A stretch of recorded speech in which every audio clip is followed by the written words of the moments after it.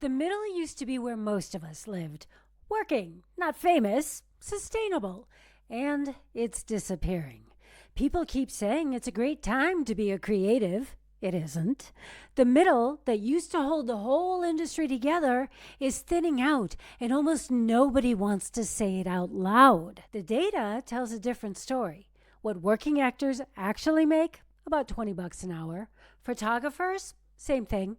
And these are not beginners. These are working creatives who have put in years and invested thousands. Meanwhile, series regulars on Netflix earn six figures and up. Photographers are still out there shooting for Vogue and Cosmopolitan. The creative world looks huge, but the middle class is gone. Nearly half of working creatives say they're thinking about quitting. Not because they don't love the work, but because no matter how hard they work, they cannot break through. You are not imagining it. The odds really did get worse, but there's a reason for it. And once you see it, the whole thing starts to make sense. If this is hitting close to home, drop a comment with the word access so that I know that we're talking about the same thing. 3 things changed. The first, it looks easier than ever to be a professional creative. Every university offers degrees in acting, music production, design, writing. Can't afford that? Trade schools and workshops are everywhere. Master classes that you can take while laying on your couch and eating a bag of chips. And look at all the success around you. Your feed is full of people landing roles, getting into festivals, showing in galleries. Plus, you can call yourself a professional right now. Actors Access for actors, Medium or Substack for writers, Shutterstock for photographers. Anybody can sign up. So, you follow the path. You get trained, you build your portfolio, and you list yourself as a pro. So yes, the path looks clear.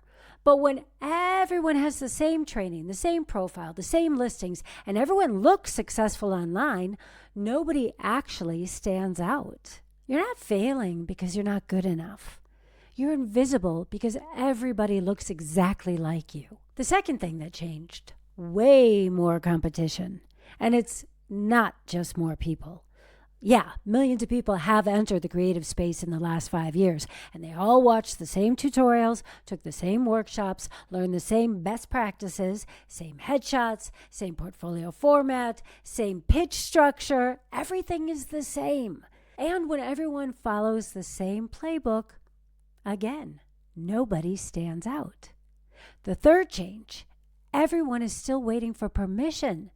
So you do what you were told. You get better. You build a stronger portfolio. You submit more. You network harder. You wait for someone to notice. But here is the problem.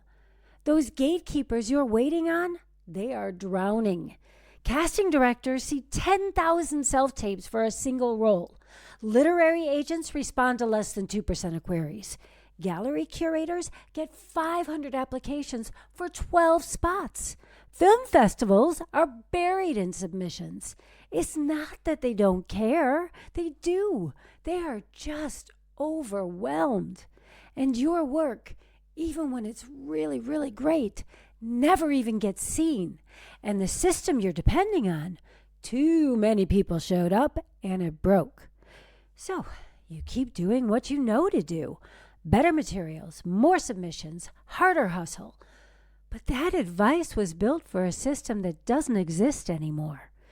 The tools became free for everyone, or cheap for everyone, and the gatekeepers got buried, and you're still waiting to be invited. And that is what is keeping you stuck.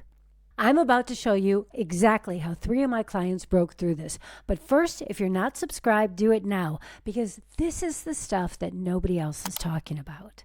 And make sure to hit like too.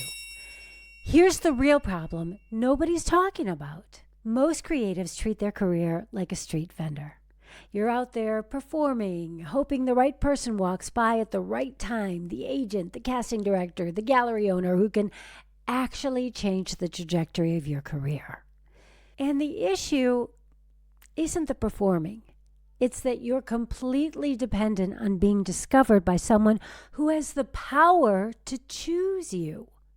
The ones who figure it out, they stop being street vendors and they start thinking like concert promoters instead. Same creative work, just focused instead of scattered. One depends on being discovered, the other builds a system. Let me introduce you to Avery and Zelda.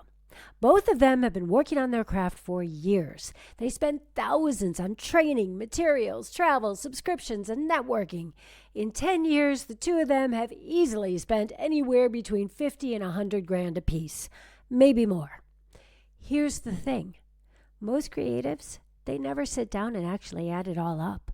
Because if you did, you'd have to face the question, what did I actually get for all that? So, Avery has been doing all the right things. Tons of classes, always improving her portfolio, workshops with industry professionals, the rounds, the events, the showcases, all of it.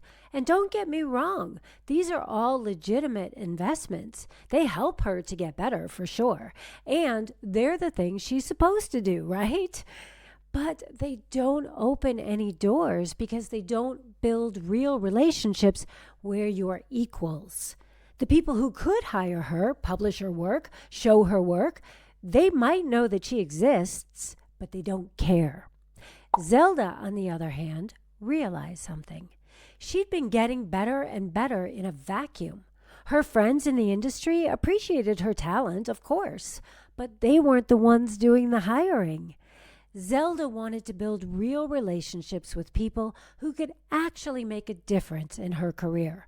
The ones doing the hiring, the producing, the creating of the kind of work that she wanted to be a part of. She was tired of running in place. She wanted every step to actually take her somewhere. Imagine that. So instead of paying to be in rooms with decision makers for 5 forgettable minutes in a crowd of, 40, 50 other people, she flipped it. She brought the decision makers to her. She earned money doing it, and she started building a real relationship with people who could actually move her career forward. Now let's fast forward 5 years. Avery's got stunning materials, solid training, and a portfolio that proves that she's good at what she does. And still, no real opportunities. She just can't seem to stand out. Zelda's got the same foundation, really strong work, solid training, great portfolio. But there's one key difference. She kept building better and better circles. She built real relationships strategically and generously in ways that help her and the other people around her. And guess what? It works. People like to work with people they like, and of course, who they can remember. Both women are equally talented. Both are qualified. But when someone's filling a project, guess who gets the call? Look, when everything else is equal, it's always the one people actually know. But talk is cheap. So here's what it looks like in real life. Meet Anna Seubert. Anna's an actor who wanted to get into stunt work to open up more opportunities in film and television. But being athletic and writing stunts under her special skills doesn't exactly get the phones ringing. Within 8 weeks of working together, she went from, I'd love to be doing stunt work, to actually creating a workshop for herself and 11 other actors with one of Germany's top stunt experts. Now, instead of waiting for someone to take a chance on her, she's learning real skills and what it takes to actually break into the business by building a relationship with someone who can hire her. He's seen what she can do up close and has already connected her with other professionals, people who train, teach, and work on set. That first workshop went so well, they decided to do another one together. Word spread quickly, and the next sessions filled up fast. So now she's getting paid to build connections, get specialized training, and map her next moves with people who can actually open doors for her. That's what happens when you stop chasing opportunity and start curating it. Kelly Moss did something really similar, just in a totally different industry. She just moved to the Netherlands from San Francisco, and she wanted to create a space for the kind of stand-up comedy that actually matters to her. Not the bro culture of, the bar noise and scene back in California. She wanted to build a scene she could actually see herself in. So that's what we did. Now she's becoming known for creating safe, fun workshops for women who take comedy seriously. And she's starting to get booked. She's building connection and community and getting paid for it. And then there's Mark Cedar. He curates wildcrafting expeditions around LA, bringing in expert guides to lead hikes mixed with survival skills. He doesn't even know yet how it'll all fit together or what the bigger business model looks like. He just loves the outdoors, and now he's getting paid to learn more about what he loves as he builds a community of other people who are into what he's into. So, by the time he does figure it all out, his people are already there. Look, if you want the step-by-step for how to do this yourself, I've got 2 things for you. 1, download the Escape Route Playbook. It walks you through exactly how to identify what it is that you're missing, identify the experts who can get you that, and also then designing an event that is going to get you to hit your next milestone. Links in the description. And 2, about every 2 months, I run a 5-day challenge, and that shows you exactly how to build this system from scratch. So make sure to get on the wait list for that. The link, guess where it is? It's also in the description. But here's the real gist of it. First, you have to figure out whatever it is that you're missing.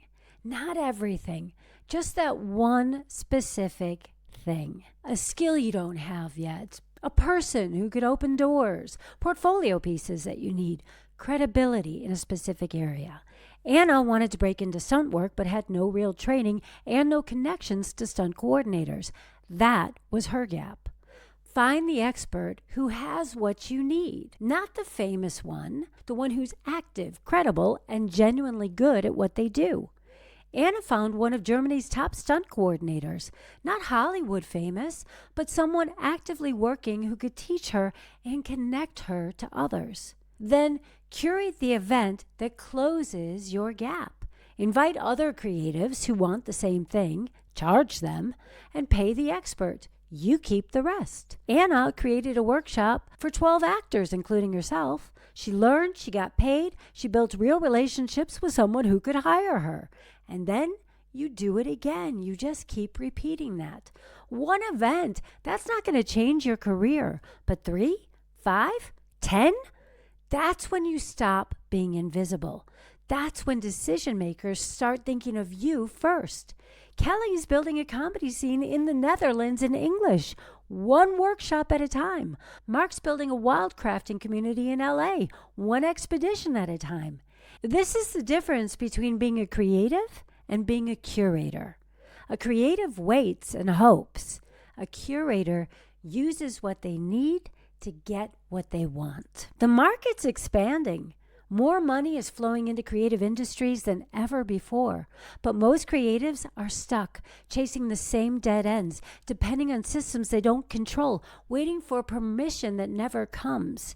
If you start building real access now, you're early. The only question left is, which one do you want to be? If you're done waiting and ready to build your own access, here's what to do next. Book a call with me. We'll figure out exactly what's been keeping you stuck, map out your gap, and see if I can help. No pitch, just real conversation to see where you're at and what you're trying to do.